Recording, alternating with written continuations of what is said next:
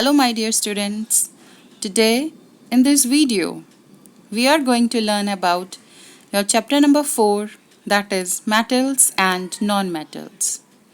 In this chapter we are going to discuss about the properties of metals and non-metals with their uses. Before start this chapter, I would like to introduce a concept of elements. An substance which cannot be broken down into two or more simpler substances by chemical reactions like by applying heat, light or electricity is called an element.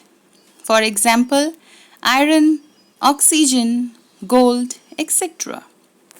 The smallest particle of an element is atom. A sample of element contains same type of atoms. As here we are seeing in a flow chart that elements are classified into three categories. First is metals, second are non-metals, and third one is metalloids. Beta metalloids are those elements which shows the properties of both metals as well as non-metals. For example, silicon, germanium. But in this, we are going to learn about metals first. So, what are metals?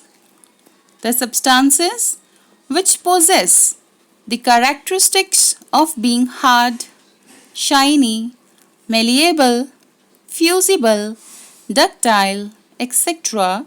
are termed as metals. For example, metal of iron, gold, silver, aluminium, copper, etc.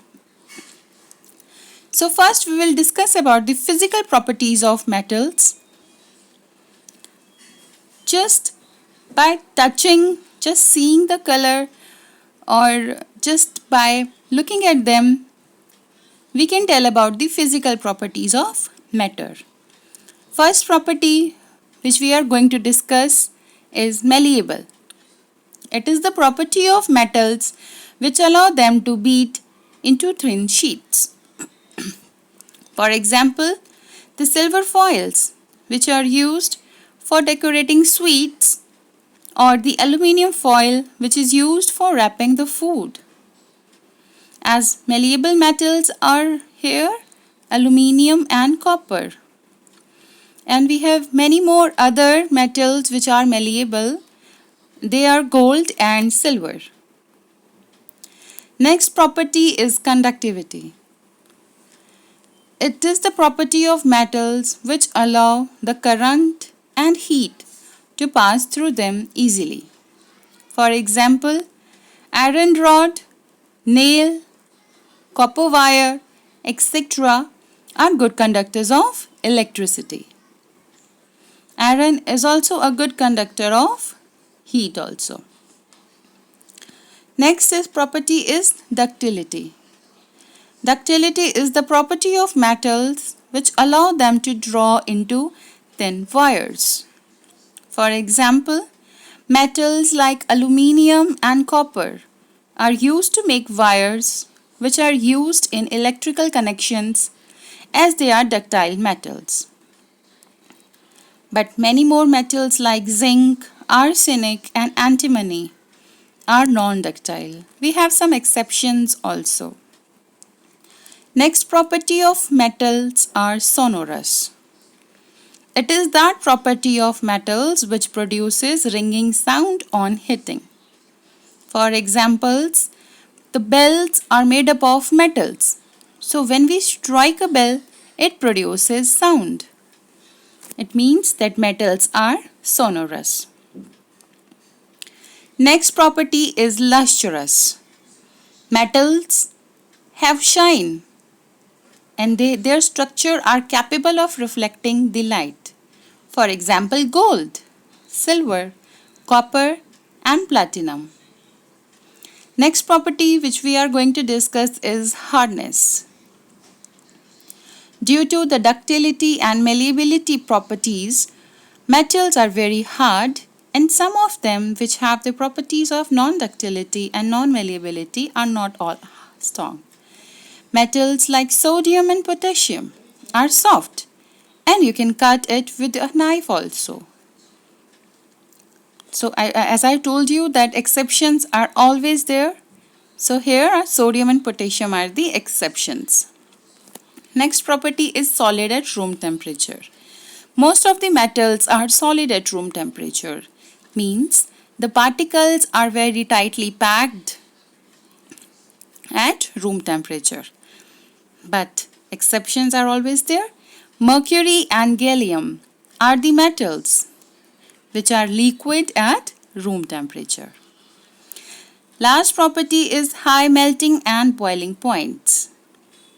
Most of the metals have high melting and boiling points. The metals which are solid in nature always have high melting and boiling point because they are closely packed and have high attraction in them. But metals which are not that much strong and which are liquid at room temperature like sodium, potassium, mercury, they all have low melting and boiling points.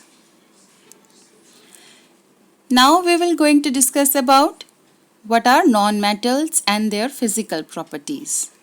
So those materials which do not possess the characteristics of metals are termed as non-metals. Materials like coal, sulfur are soft and dull in appearance. They break down into powdery mass on tapping with hammer. They are non-sonorous and are poor conductor of heat and electricity.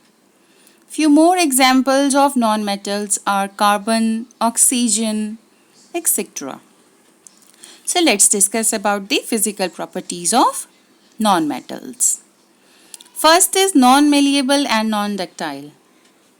As we know that metals are ductile and malleable, so non-metals are just opposite to them.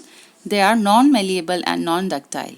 Means they cannot be beaten into thin sheets or they cannot be drawn into wires. Where stress is applied on non-metals, they shattered into pieces. For example, sulfur and phosphorus. These non-metals are in the form of powder and cannot be beaten. Next is the poor conductor of heat and electricity. Non-metals are generally bad conductor of heat and electricity because they do not have free electrons.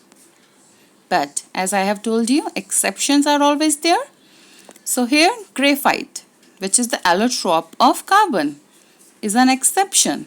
It is a very good conductor of electricity and hence it is used to make electrodes. Next is non-sonorous. Non-metals which do not make any sound when hit with an object are known as non-sonorous. For example, phosphorus.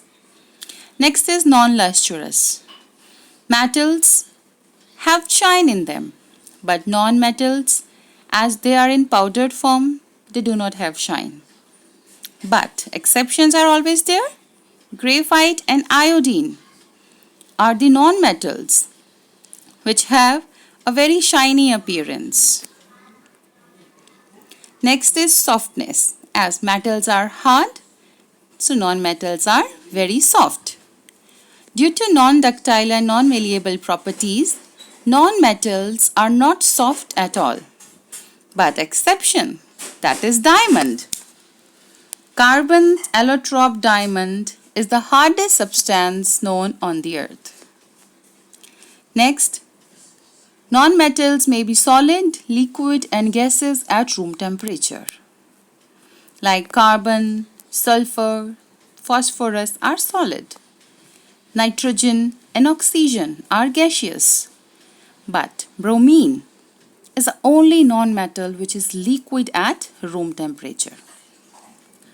They have low melting and boiling points. As non-metals are loosely packed, therefore less heat is required to melt or boil them.